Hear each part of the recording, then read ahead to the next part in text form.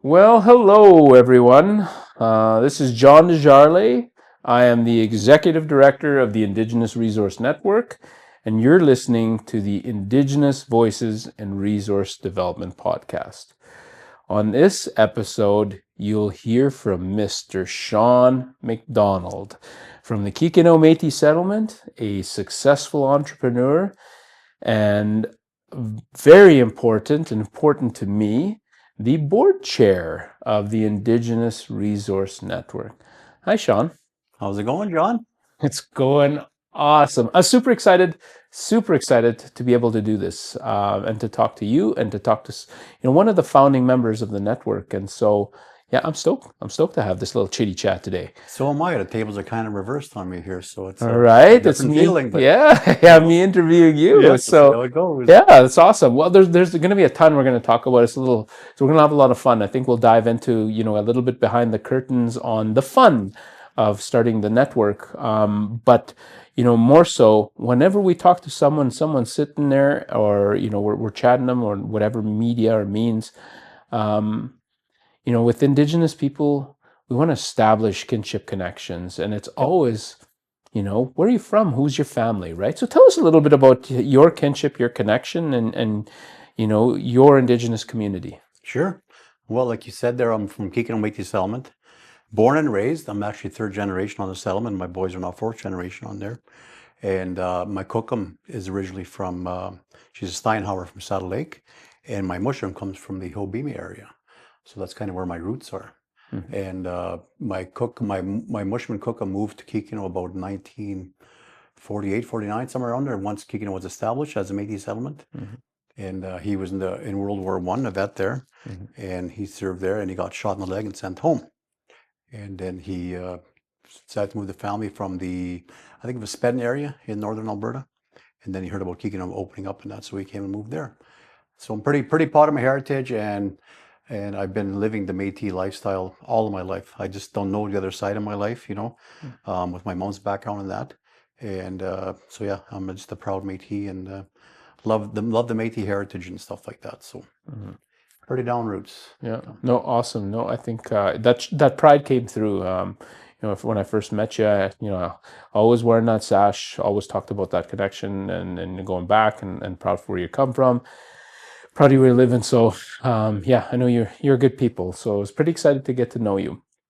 Thank you. But we first met. We were brought together. There was some connecting individuals there, and knew you. I knew you, or I knew of other people and whatnot, and we got together. And we had I remember that initial conversation. We talked about Indigenous people and the resource development. We talked about kind of a little bit frustrated that there was we felt a misrepresentation of Indigenous people in media in regards to resource development. The conversation was dominated by protests and all sorts of things. But we never heard about the agreements. We never heard about moving things forward. We never heard about practical, useful things. We just heard about these things and started conversations around that. But, tell me a little bit about that. Tell me, this is going to be a little bit different. We're going to get to hear about the network. And of course, we're going to, hear about you, successful person, and certainly a role model for other people in the industry. But tell me about that experience, starting the network. What drove you? What brought you in, and what keeps you, engaged and involved? And you're in the chair now, so Right. tell me about that. Well, I got to go back to about 2009. That's not the beginning of IRN, of course, but it's the beginning of ROABA, which is another board that I'm actually president of, and that's the Resource One Aboriginal Business Association. And that was formed back in northeastern Alberta just because industry was playing in our backyards, playing in our sandbox, our traditional lands, and they weren't extending an invitation to us. And they were bypassing us, and there's other names on the doors passing through, different license plates from different provinces and that. So we got together and we formed that. And then it went off good. It just created relationships between industry and the Indigenous companies in the area. And it went really well. It's still going very well. And then back about 2018, 2019, if you remember, back then they were holding all of these pipeline rallies and truck convoys and stuff in favor of pipelines and stuff like that, and speaking against Bill C 69 and 48. And so my industry partners at that time had asked me Shawn, can you write a letter to Prime Minister Trudeau on your support, ROABA support of pipelines and stuff like that, and industry in turn, right? So I took it to my board, and we all agreed that I could do that. So I did have the letter drafted actually, and then I went back to my board first of all, and I said, you know what, this isn't going to go anywhere. This letter, Trudeau's not even going to see it. It'll be in file 13 into the garbage can right away. So I told industry that I'm not going to send a letter, and they kind of dropped their face and frowned. They said, well, why not? I said, because it's not going to go anywhere. I said, I'm going to do one better. I said, I'm going to hold or help hold, with ROABA, the first Indigenous-led pipeline, rally and truck convoy. Mm-hmm. And we did. And it made international news because you can see people all over. But all you heard in the news back then was the negativity of, there might have been 2 or 3% in the area that were against industry. And that's all the news would pick up on. That's all they would broadcast, Mm-hmm. And I was tired, and same with my board. We're tired of non-Indigenous people and different organizations speaking, being our voice. You know what I mean? And that's one thing you don't do is speak for Indigenous people. We have our own voices, and we want to be heard. So that's why we did that. So then when I had the invitation with IRN to be one of the founding members, it was just such a perfect fit, along the same lines of ROABA and what I was trying to achieve and did achieve with ROABA. And, we met about 5 years ago. It'll be 5 years pretty soon that IRN's been formed. And of course you were there. We met in Fort St. John and that, and all with like-minded people like yourself and that, and all the other founding members.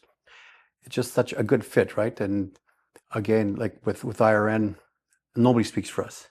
Nobody does. And we speak for ourselves and the Indigenous people that we represent, workers, students, other businesses.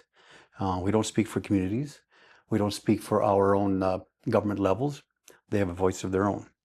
And that's why I find it just a super fit with me being a part of it. And I'm proud to be part of it. Mm-hmm. And a founding member as well. So it's just a good fit. Mm-hmm. Yeah. No, that's a great history lesson for anyone who wants to understand, how people came together and how they support that. There's a few things I want to unpack in there, and there's one of them I think that's really important is, we've had a lot of conversations, and we talked about this, and you talked about hosting a rally to say that, we support the development of pipelines, and so tell us about, tell us about,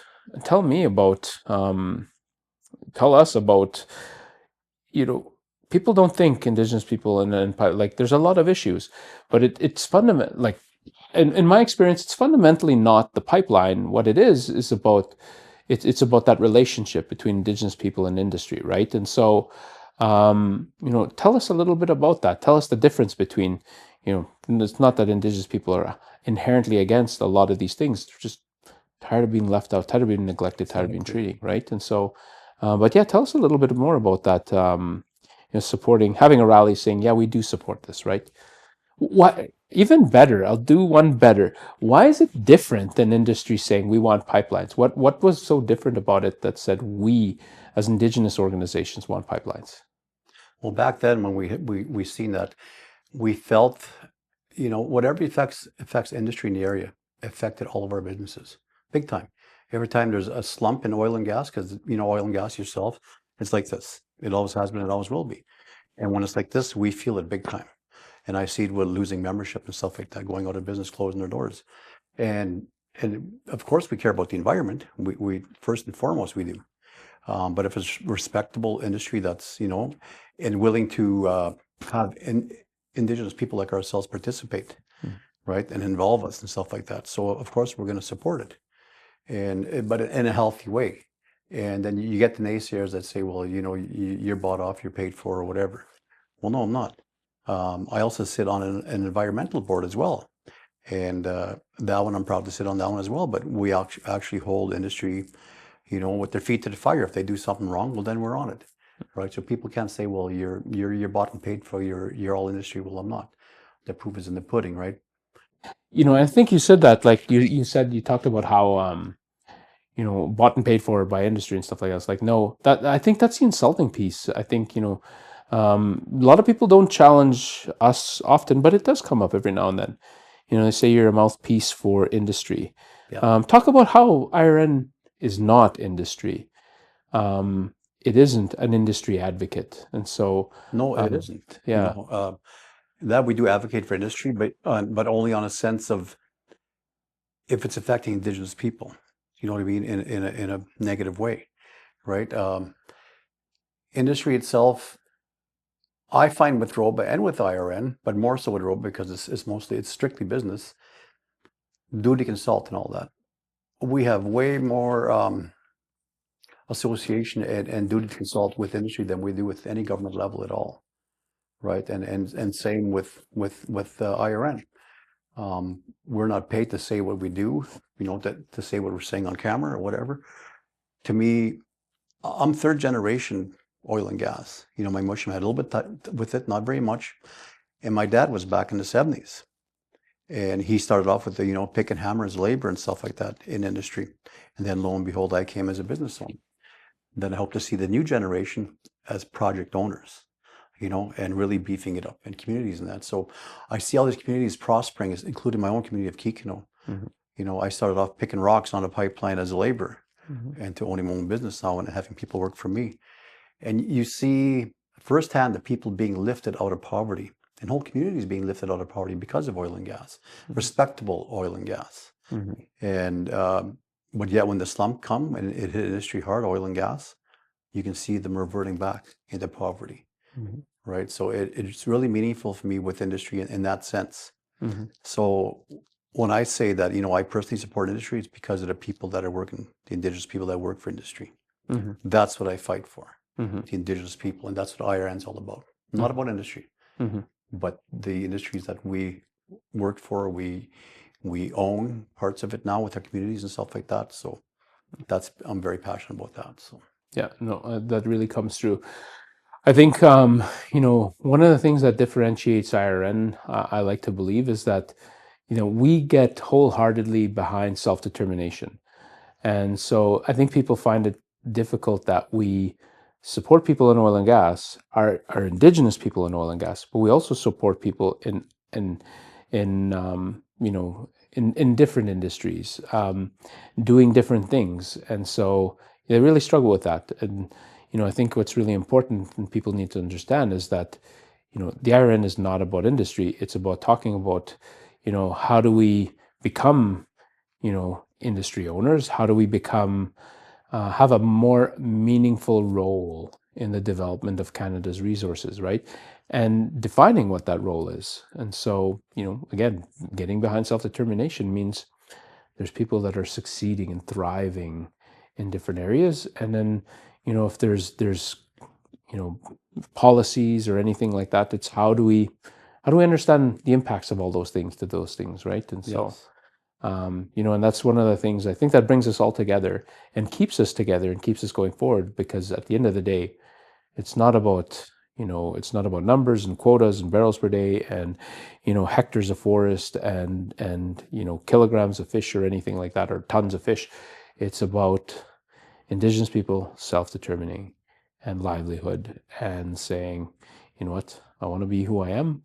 I'm going to look after the environment, but I'm also going to do this, right? And, you know, that's really interesting. And that really came through in a lot of the things that you talked about. It's, you know, I'm choosing to do this. I work here and I'm going to be proud of it, right? Yes. And so, no, that's No, incredible. and going back to like the different industries and that you brought up there with IRN, you know, we do support more than just oil and gas. We support forestry, you know, and going back to my family, again, my mushroom started off with logging, and all my dad and the siblings, they owned a logging company. They would cut rails by hand, and then they would treat them, you know, by hand and soak them. They'd go and sell them, right? They'd build even some structures, you know, they built the one church actually in Buffalo Lake Métis Settlement. They cut the timbers into square timbers and helped provide the lumber for that church, right? So forestry is another big impactful industry for Indigenous people, because we are a bush people. You know, we thrive in the bush. We thrive on the land. We're the caretakers of the land. So of course we're gonna thrive more than a lot of people do in oil and gas in the bush as operators, slashers, whatever it is, and then even as logging. You know, we know how to take care of the land respectfully. And to me, if industry is doing anything wrong, we're going to call them on it. We definitely are. Yeah.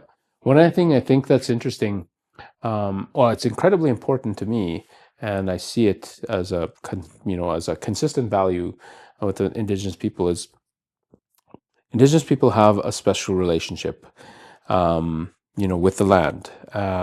First Peoples and the Indigenous people that have that are part of all of that. That I want to be able to, in perpetuity, to be able to exercise those rights. I grew up, setting snares, and I grew up throwing a line in the water. I grew up, shooting a duck for, or geese, or, grew up, with the big game and everything like that. I grew up, harvesting and watching, and not necessarily part of it, but, watching, and understanding people picking medicines that I benefited from. I probably owe my childhood health to traditional medicines and everything like that. So it scares me that, there could be something that would happen that would take all that away, right?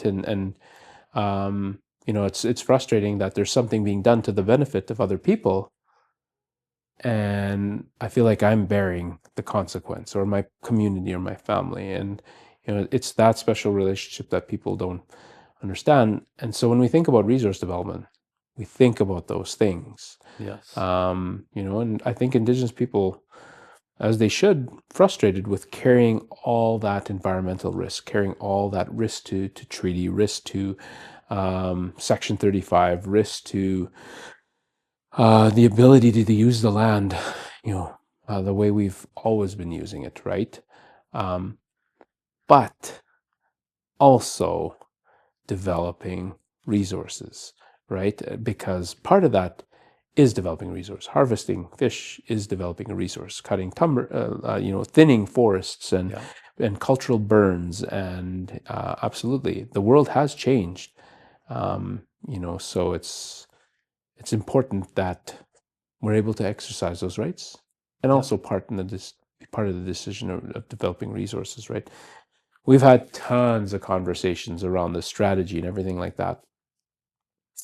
But tell me, what are some of the ways that you work in oil and gas, but you haven't compromised on your value of being able to protect your rights and use the land, right? How does that show up for you? Well, I'll tell you a story about my youth, Shawn, and I'll tell the story a few times in public. Again, being born and raised in the Kikino Métis Settlement, we didn't have power till I was about 7 years old. Running water till I was about 10. So I get home on the bus, like you go check snares and stuff like that, and then I would go shovel coal into the furnace or haul firewood into the house. And then I would run to the well with 2 5-gallon pails and run back. So that was running water with the pails of water. So, and then all of a sudden we got, power, and then running water. This is all because of oil and gas, right? So I grew, and I speak of this in different senses, an addiction to oil and gas. Mm-hmm. I couldn't see myself reverting back to where I was. If I had to, of course I would. Mm-hmm. But I'm comfortable with it now. So, you come from humble beginnings. You don't take some that, like the resources that we have, for granted, Mm-hmm. like many people do. They want to harp on it, and they're very hypocritical about it. They say one thing, but yet they still continue to use it themselves, Mm-hmm. right? And so I defend it in that sense as well too. Coming from the beginnings that I have, Mm-hmm. and again, don't take it for granted, right? Mm-hmm. And I will say, with that addiction, like any addict, you don't let go of one addiction, till you get another one. Mm-hmm. Right. So until there's some kind of form of energy that's going to replace oil and gas fully, like what it does for us, Mm-hmm. we're never gonna let it go. Mm-hmm. And I don't see that transition happening. Not in my time. I know that Mm-hmm. it's not going to happen. So we, as Canadians, we're clean. We got the cleanest oil and gas, most environmentally, and all that compared to other countries. Mm-hmm. And yet we're importing oil from other countries, Mm-hmm. to serve our eastern provinces and stuff like that. Mm-hmm. Why are we doing that? I think we should have learned the lesson with COVID and that, and the borders were closed and that. And a lot of countries were caught with their pants down from import and exporting when all that was shut down, including us. Mm-hmm. right? And we should learn from our mistakes, and we should be more self-sufficient with our own energy, Mhm. our own natural resources. You know, Mhm. we could be doing more of that Mhm. and creating more jobs, and which in turn means more Indigenous people working, more communities, you know, benefiting from it and thriving from it, Mhm. right? You know, just because somebody in China is burning coal, Mhm. you know, they could be using our LNG or something like that, and then in turn, you know, drop the carbon footprint of that country, right? You know, of course we got to worry about ours, but we can still replace other energies, other, you know, industries in the area of different provinces or countries and make a positive impact on the climate, Mhm. right? So, and people don't see that picture, Mhm. right? They just pick on the, you know, Alberta Canadian oil and gas industry and that's it, right? But they're Mhm. kind of narrow vision on what they see, Mhm. right? If they do a little bit of research and see what the potential of our oil and gas industry, what it can do worldwide, Mhm. I think it would be a good learning lesson for many people. Mhm. Yeah. Absolutely. It's really interesting, and as I look at it, I like to look at it objectively. Like, I think one of the first things I have to say is, I grew up in northeastern Saskatchewan. I grew up in a very mining rich environment, not on oil and gas. Southern Saskatchewan, maybe, certainly Alberta, certainly northeastern. We always heard about rigs and people going back and forth. I never did. I was in mining. And I know early in my career, I think it used to kind of, maybe it was just because we're, a little juvenile or whatever. It's like, I work in mining, oil and gas, whatever, da da da da da. What's better, what's worse? I know a lot of times in oil and gas, you've got a mine anyway, so it's kind of one and the same. However, skeptical, saw that. I thought those things. I can empathize with, with a public perception that says this industry, hurts and it takes and it doesn't give and everything like that. And that's the information we get. That's what we see and everything like that. But as I spend time with people and I spend time understanding, things more holistically, and then, again, lean into things that I understand in terms of climate change is not a national or Canadian issue or phenomena. It's a world phenomena. It's a world issue, and it needs to be a world concern. And it's challenging to see that we make it very difficult to produce resources because we're trying to do the best we know at the time in terms of climate and energy policy and everything like that. But at the same time, other countries are ramping up. Demand is growing up. They're meeting that demand and they're not producing it as responsibly. So seeing the data, it's interesting to see that our net impact is not necessarily going down, it's continuing to grow.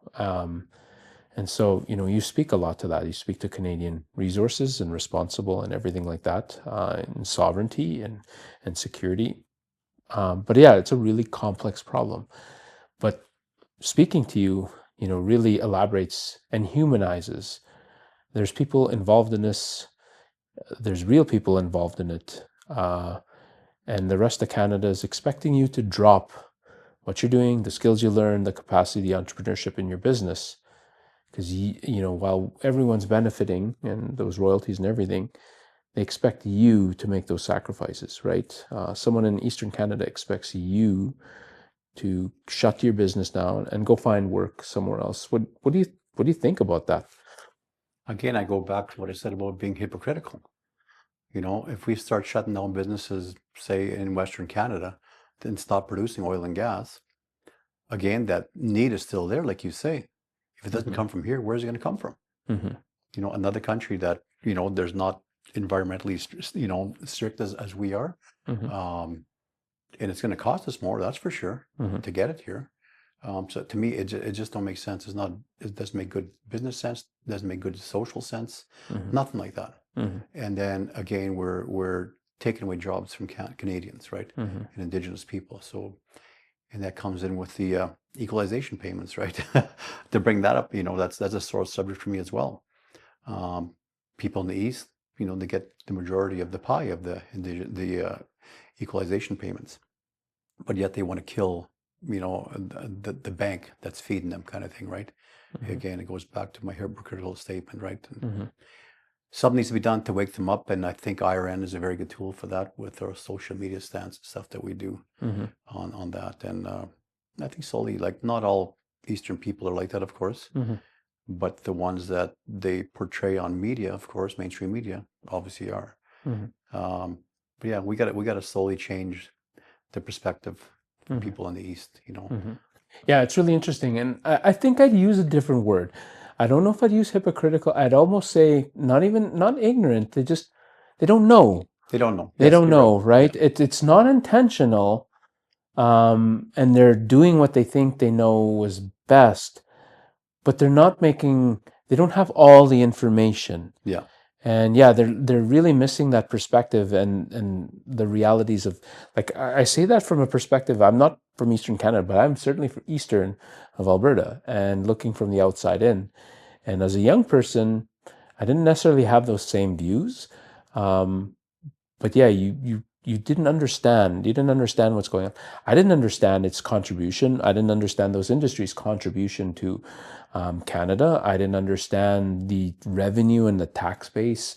I didn't understand, the industry and its inputs to all the things that we use. I didn't understand how much major economies or oil and gas economies, right, driven and backstopped by these things. And so as I start to understand it, it's much more complicated, and it's much more difficult for me to say, turn it off, switch, transition. Something has to be done. Yeah. But, and I agree with you. I think IRN's a good vehicle to say, like, let's have a reasonable, let's be more agnostic and more objective about this, and really, how do we get all on the same page, right? And that's kind of an important, very important point. I love ironing because I think we built it because it's supposed to bring people together, right? Yes, for And sure. so, that's an important point. But yeah, let's kind of pivot a little bit here to, let's go back. We started about, starting, and I think you talked about why you started and everything like that. What were some of the, it's not all roses, but let's first talk about some of the highlights. What are some of the highlights of your experience in industry? We talk about what's good in recruitment and retention and procurement and everything like that. But what really stands out and says, this happened, this is really good. We should do more. Industry, community, industry business, industry, Indigenous business should do much more of that. Is there anything that stands out in your mind? Well, again, personally, it goes back to when I was a youth again with my dad. At first he was with the four brothers, and again, they were cutting posts and stuff like that, making feeding the family. Yeah. And then he went as a laborer to the old Bechtel days, building St. Jude and stuff like that in McMurray. Then I can see literally the food on the table change, from, deer or whatever that we harvested of ourselves to pork chops, steak and stuff like that. And then from even toys, all of a sudden we're riding around in brand new bicycles. My dad brings home a boat, we go fishing and stuff like that, right? And I can see that with the neighbors, with the dads that also went up north to go work and then, build St. Jude and build McMurray itself, right? So on a personal note, that I can really see that change. And with ROABA and even IRN, you can see, like, I know we had some pretty vital roles, in achieving some of the change that's happened in the past few years. And I applaud and very proud of IRN to do that, along with AIOC and all of those deals with the how many communities that were involved with the purchase of some of the properties of Enbridge, say, in that. And now I can see those because they're actually impacting my own community along with the Shawnee communities. You can see the change already in that. The infrastructure and all that, everything's improving, and you can lift it up.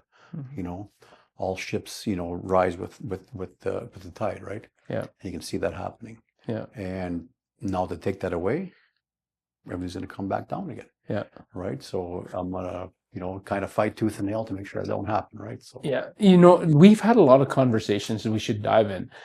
This is really important on the surface level, like the quality of life, and so people can buy more and do more. But why is it different in the Indigenous community? Like it has a bigger impact. I think one of the things we've had these conversations offline so many times. Poverty.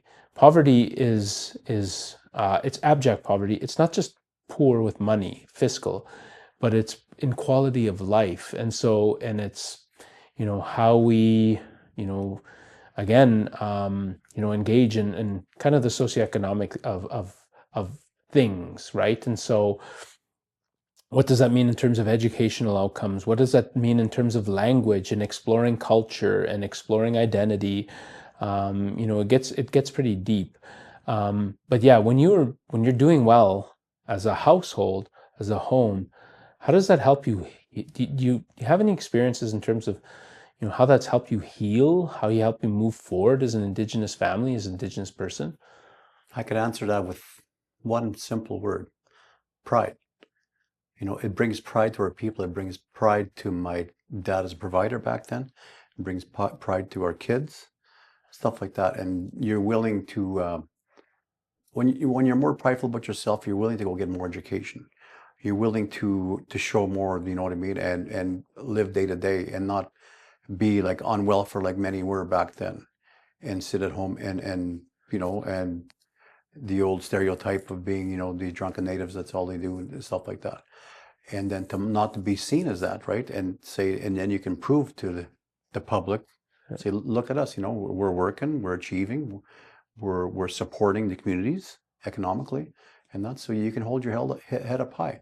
Yeah. And I can see that with, again, my upbringing and my parents and stuff like that, and all the communities that I've seen in my youth. Mm-hmm. It's all about pride. Yeah. And to have that again diminished, and then you have, when you take away pride, then you have more poverty for one, and then poverty, then you have more suicides and stuff like that. It just snowballs from there, John. Yeah. And with pride, all that is, it's definitely not taken away, but a lot of it is diminished, right? To be able to hold your head up high and walk around proud. Yeah, absolutely. There's a lot in there. Like you talked about it, like self-worth. And so, growing up, like, and what's our place in the world and everything like that. I know firsthand, this employer, this industrial employer, considers me special. It has a special relationship with people like me, where I'm from. So there's a preference there. So then I think, okay, it's going to take care of me, right? It's going to look after me. And then I can count on livelihood. I can build and rebuild and everything. And then I could, again, like you said, you can lift yourself up and out of that abject poverty. You can feel an abject, meaning you can feel self-worth again, and you can pursue opportunities. You can see yourself in different things, right? I speak to that. What kind of impact past me being able to just buy a nice truck, nice skidoo, nice boat? There was like much more self-worth and pride in self, pride in community. And those are really important. Those are needed much more.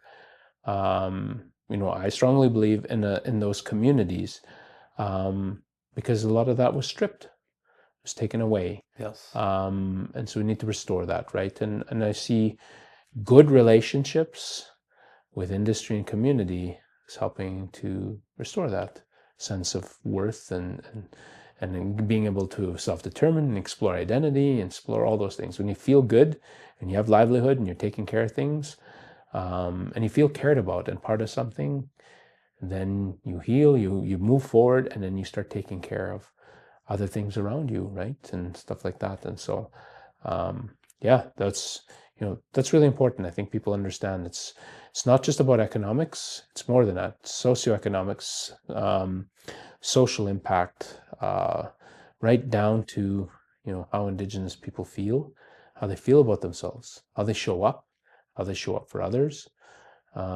That's what the opportunities I think we've seen are, that industry is creating, can create, and, should create more of. So those are great outcomes. Not everything is rosy. No. And No. Not every industrial or every organization has the same relationship with Indigenous people and communities. What are some of the things that you've seen you're glad we don't do, or wish we don't do or we shouldn't do anymore, right? Or I shouldn't say wish. The IRN wasn't built to deal with wishes and to dole wishes. It's not a lamp. It's Right. it's a real vehicle. And so if we want to make change somewhere, what are some of the things that we think, we could have done better? We should do better. As far as the IRN? Or as far as industry and its relationship, what are some of the, what are some of the warts? What are some of the uglies that, what are some of the uglies we've learned from? Fortunately, we don't really experience one. Do you have any example of some of the relationship or some of the practices Right. that we don't see anymore? Well, being in oil and gas, almost 35 years myself now, I've seen a lot of change. And the main one now that I see is duty to consult with Indigenous communities and the Indigenous people. 35 years ago, 30 years ago, there was no such thing. They would just come in and say, hey, we're coming on your lands, we're doing this and that, and we had absolutely no say at all. And like my youth, you might have been hired once in a while to go pick rocks on a pipeline, and then that's it. As soon as construction was done, they were gone, and there went your job, right? But now it's much more than that, right? Things have changed. And, now we're getting jobs as operators, truck drivers, whatever, and maintenance.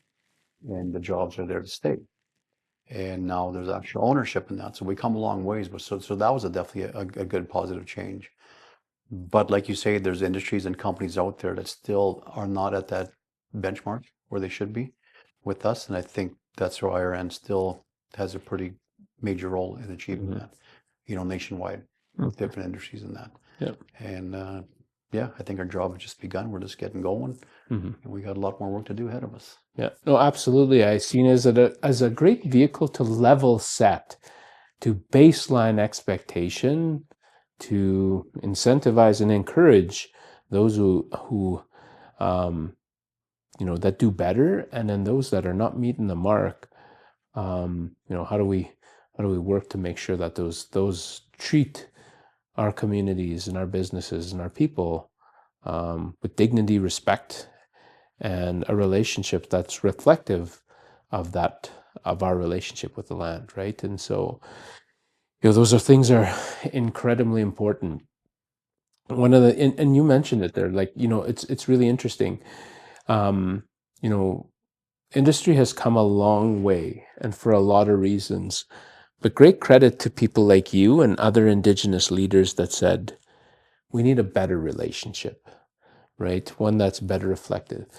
And kudos to those with the courage to challenge, the past practices and create a body of case law, and law around, what that relationship should look like based on treaty, based on, Section 35, based on rights, based on title, based on all those things. And so now we're at a position where I think it's bad business. It's really bad business to, again, like you said, give menial opportunity and not respect. There's an incredible impact, and to not give it the, not just respect, but to not give it appropriately the relationship it deserves in relation to development, right? So it's incredibly important, but a lot of people did that work. You gave some incredible experiences and talked about, we're just talking about leadership, and you gave some examples about that. Tell us a little bit about that journey, and then, what are the contributions or what's that relationship between industry and your ability to grow outside of your comfort zone, to push yourself as a leader, to get involved in new ideas and things like that. And so, how did starting off as someone entry level in industry go from being an entrepreneur, successful entrepreneur, and to someone who helps govern and lead, organizations like IRN? Okay. Well, I started off as again, like I said, a laborer picking rocks and stuff like that on my own settlement. And then the settlement offered a course for GPOs, which was gas plant operators. And they picked 9 of us to take that course and pay for the course, and which I was one of them. And I passed, and then I was hired pretty quick from one of the contractors that was on settlement with in Canada back in the day. And then Canadian Natural had bought that plant out. And I started off as that, as a plant operator, and I did that for 22 years. And in the meantime, I had hired more operators for myself, and I grew to have my own contracts with gas plants. And then I started buying some trucks for trucking industry, hauling gravel, water, stuff like that. Then grew into moving rigs, and you know, it grew quite big. And that is all because of the work in industry. You know, they're saying, well, Shawn, can you get us this? Can you provide this service for us? Well, I can't, but I'll do it. You know what I mean? Right now, but I'll grow and I'll do it. And we did. And it was a good relationship with industry and with the community that I was in as well, too. And I can see that happening, not just with myself, but many different Indigenous people around surrounding communities. You can see all these trucks that are driving around, and it's all Indigenous people, and that's something to be very, very proud of. Again, it goes back to pride, right? So, and then being able to be a good service provider for industry as well. So, yeah, that's, you know, it's, I always think about that often. I see people when they have that relationship, when they have that commitment, when they are when they're in an environment where they're, you know, where that relationship is recognized, it's special between those Indigenous communities and industry, and it creates those livelihood opportunities. I see people grow and thrive and become much different people. You know, they're starting to self-determine. They're becoming leaders. They're becoming role models. You know, we're gaining an incredible momentum. Yeah, and then kind of lifting people, building sense of pride, self-worth, right? And it's incredible. I remember someone said to me, and it was incredibly profound, being able to self-determine is the highest privilege. Being able to choose who you are unconstrained, and then go for it without all those type of things, that baggage, those pressures and everything, is the ultimate privilege. And I think often, how do we create a space where it is equitable and fair for everyone? So everyone can choose who they want to be. yes. You know, not hurting anyone. I want to do these things. You know, how I'm limited in terms of how I see myself in the world and everything like that. But that stems from, do people have self-worth, dignity, pride, and everything like that? And it comes through, it's not just picking rocks. It's not just, you know, running a piece of equipment. It's not just managing a plant. It's, again, that relationship that, you know, we care about you as communities, as people. And then we're going to develop that. But you spoke let's pivot a little bit here. You spoke a little bit about ownership. That's different. So we talk about industry relationship with community, but we're at an exciting time now where Indigenous communities are becoming industry. And so what's your take on that? I have a follow-up question, but, you know, something I've been wanting to ask you, but what's your take on that? Indigenous people are developing now, right? And so how does that make you feel as an Indigenous person? I feel great because, again, it goes back to my humble beginnings, you know, from all of us being laborers and stuff like that, to now where there's not going to be any major project done without the stamp of approval and ownership of Indigenous people. And that's something that all leaders, Indigenous leaders, fought for, you know, over the many years. And again, I know IRN helped play a role in that as well, too. And to me, that it's a great feeling, you know. It's something that should be done because of, you know, the past with government and our people from day one, you know. From that to now where we're at now, like, imagine where it's going to be in 50 years from now, you know, with our kids and grandkids. And I want to see more and more of it, of more ownership of our people in that. So now we're the ones that are almost dealing the cards, not just playing a hand that's dealt to us, right? And industry is starting to see that, government's starting to see that, and now without the stamp of approval or the blessing of Indigenous people, you know, your project's more likely not going to go ahead without our blessing in that. So, and that's the way it should be. It's the way it should be. Absolutely. Yeah, there should be a good relationship. There should be a beneficial relationship. Yes. And it should be equitable. It should be, yeah, I see a greater appreciation and respect for Indigenous people in our relationship, right? And understanding that impact and everything like that. Which means Indigenous people are forcing, in a lot of areas, industry, not all industries like this, but a lot of industry have been in the past and continue to be today, a greater respect for the land because of that assertion, right? And as owners, we're self-determining. We get to, it's like, hey, this is what this project looks like. This is what, our sustainability plan, and this is what environmental protection. Like now we have Indigenous people not, exercising development, but also managing, responsibility around stewardship. Yeah, and it's really exciting. I'm excited, for all of our kin around there to be able to do that. So Shawn, when let's go back again. You talked about the humble beginnings of IRN.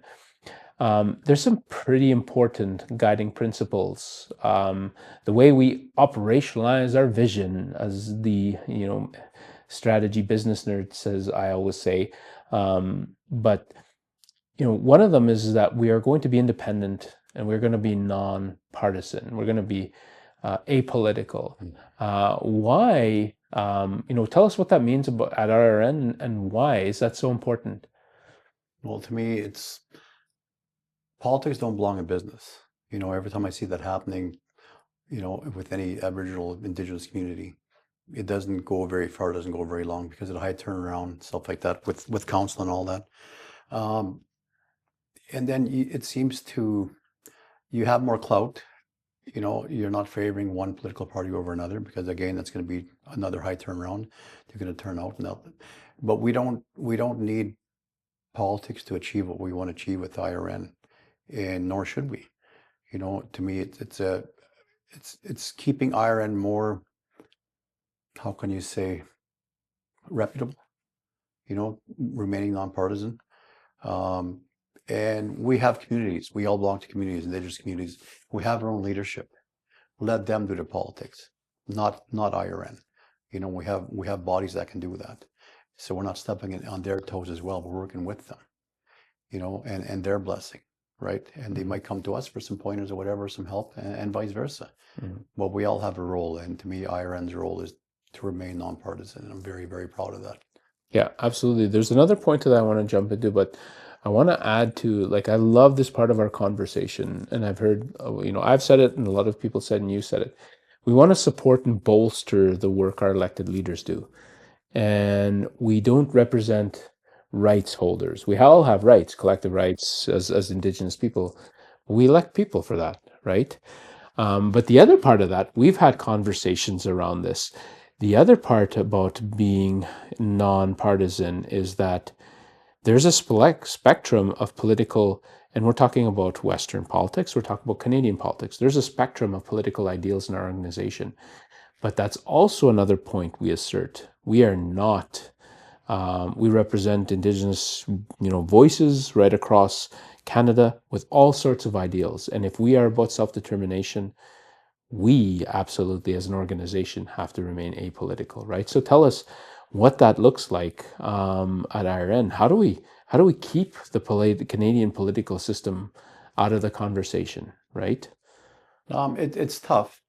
Like I say, you don't support any one political party, but we IRN, we deal with the government that's in place. It don't matter which party it is, but that's who we deal with.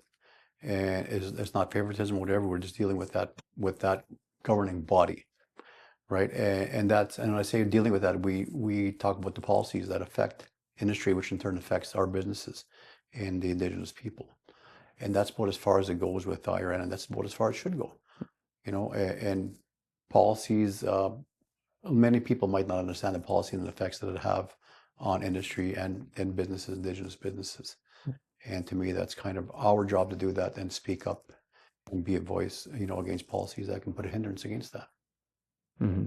Yeah, no, that's a great point.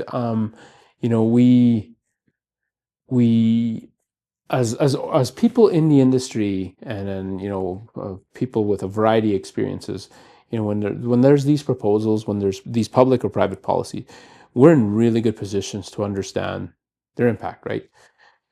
And that's a conversation I have often as an executive director. I have to talk about is absolutely not against the ideals of this policy. We are aligned with them. we just want to understand. We just want to help understand there's some possible unintended consequences, right? And yeah, absolutely. We will have the same message no matter what government it is. Because again, how do we deal with all that? It's about how do things positively and negatively affect Indigenous people in these different industries. Yes. And when you say it, and you've said it, and I've said it, and when we, when it shows up like that, it's pretty easy to say, there's no politics in that conversation. There's going to be ideals that manifest through policies that get proposed, political ideals, but it's our job as an apolitical organization to understand its positive and negative, unintended and intended, unintended consequences and positive intended impacts, right? And so, yeah, it's good work. It's interesting work. It's tough work. But yeah, that's another one of the reasons I think it makes the IRN special, Yes. right? Absolutely. Special and unique from some other organizations, right? And they can get political because lots of them have, representatives that are on council or chiefs or whatever. But that's their agenda. That's their task to do that, not IRNs. Yeah. Right? We all bring value in different ways. And IRN's unique in itself and what we do with social media and our campaigns and stuff like that, and speaking against policies or even supporting some policies. Right? It works both ways, like you say. Yeah, it's really interesting. It's like, IRN has never been wholeheartedly against any policy. We're just against aspects, not even against.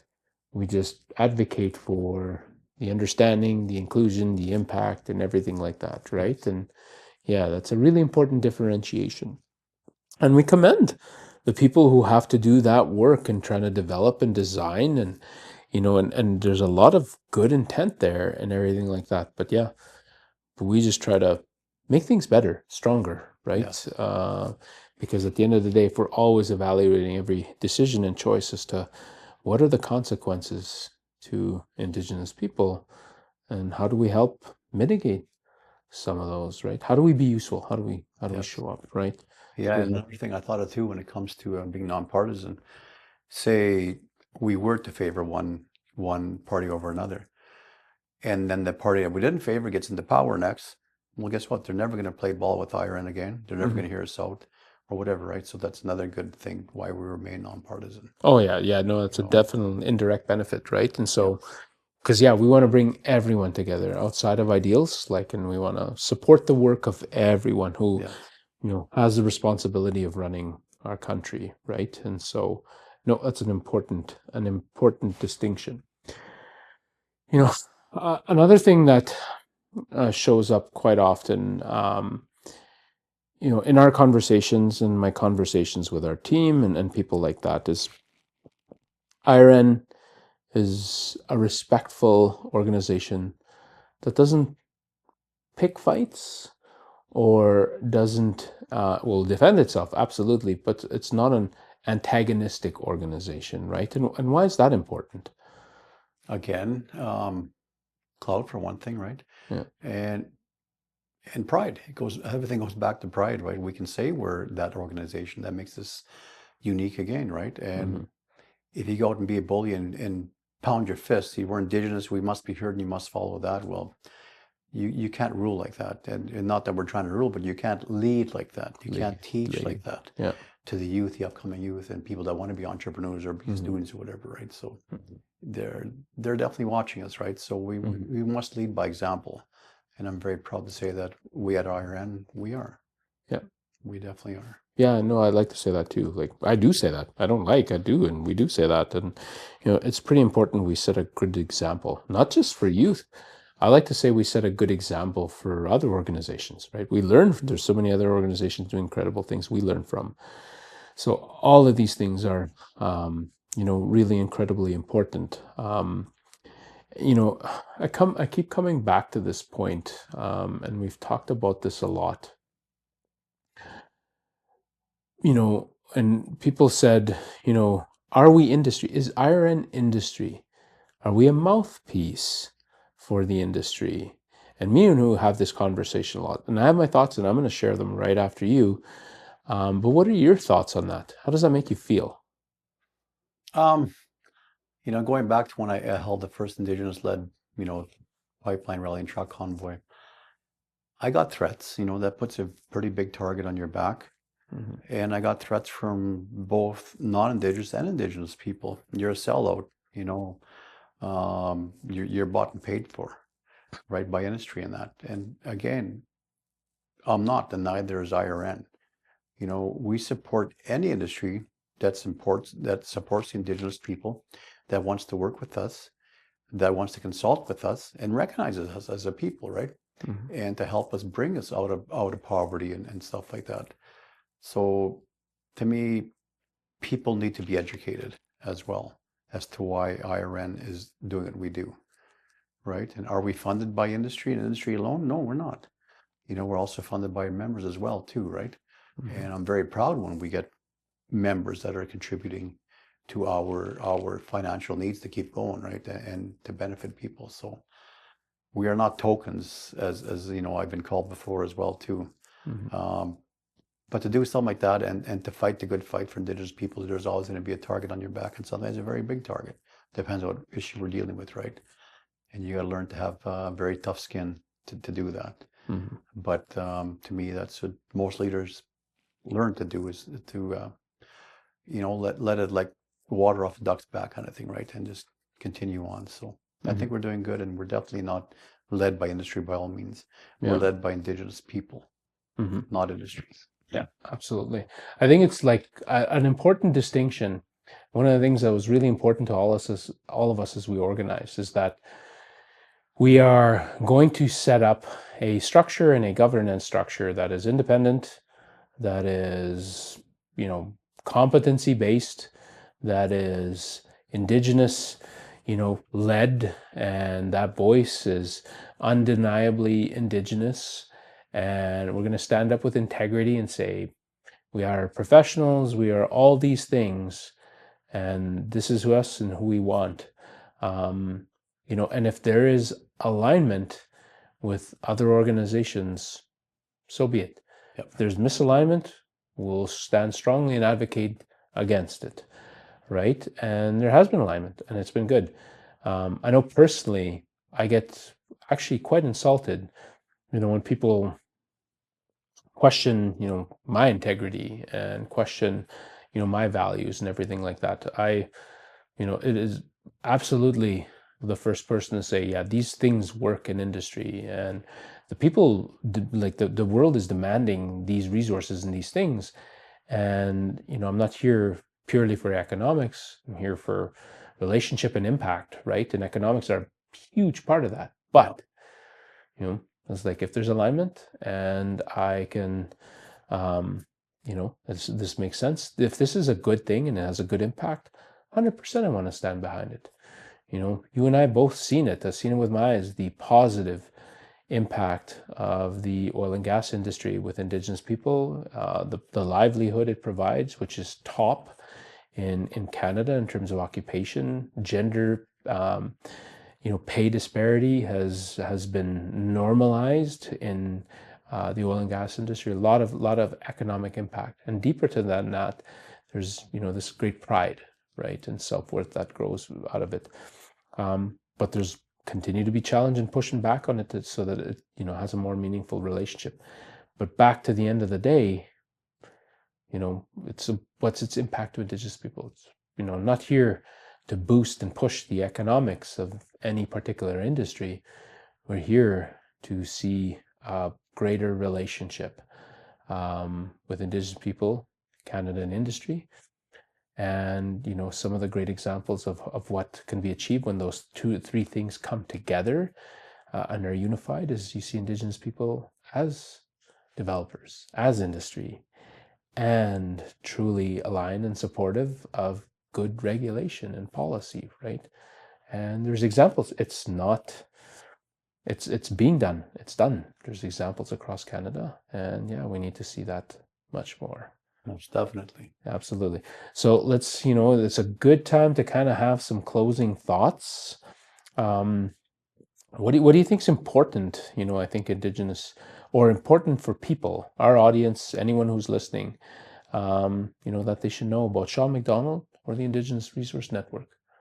What's important? And Again, then you don't have to talk about me. You talk about me enough. You talk about something totally different. well, I love your leadership. You one of the founding members as well, John, and you were chair before I was, and you did a great job with that. And now you're executive director, and we've been flying leaps and bounds ever since that change has been made. And as a team, we've pulled together in that and pulled up our boots, and we're more headstrong. We've learned lots. No matter what you do, there's always going to be some ripples in the water. Yeah. It's never going to be a smooth ride, but you've helped make it a lot smoother than what it was. So my hat's off to you on that. That was a total joke. I'll take it. I love a good compliment. But maybe there was one thing I think that's worthwhile people knowing is there's a lot of disagreements, at the governance, at the leadership and everything, but there's this kinship and respect and a healthy debate. I think a lot of people might not necessarily know is, again, we look for diversity and competency, and there's different opinions and value that difference, right? Yes. And so there's a lot of Indigenous people, but a lot of people probably don't know that they're across all sectors, across different regions of Canada, come from different, different perspectives, and there's different debates. And but at the end of the day, there's this strength that comes out of every other meeting, because it just gets tighter and closer, and it's tough work, but made easier by us organizing around incredible mission, vision, and principles, how we operationalize our values, right? Yes. But that's super cool. I just totally had to say that, but let's have the last word. But yeah, how do you want to wrap this up? Any thoughts on how you want to wrap this up? I often think about where do I see IRN in 5, 10, 15 years. And, we're such an organization that we're still so young. We're not quite 5 years old. We will be pretty soon. So in reality, that's very, very young. But yet we've come so far and achieved so much in that 5 years. And, I'd like to see it where we are from coast to coast to coast, which we almost are. But I can almost see it crossing into other countries, with Indigenous people and helping them and open up different chapters of IRN to accommodate and accomplish the same goals that we have here in Canada, and to help bring other Indigenous communities out of poverty and get them to be signing deals to be owners of projects and stuff like that. So that's where I really see IRN in the future. And something I'm very proud of, so it's a good fit, for me and everybody that's on the board, including yourself.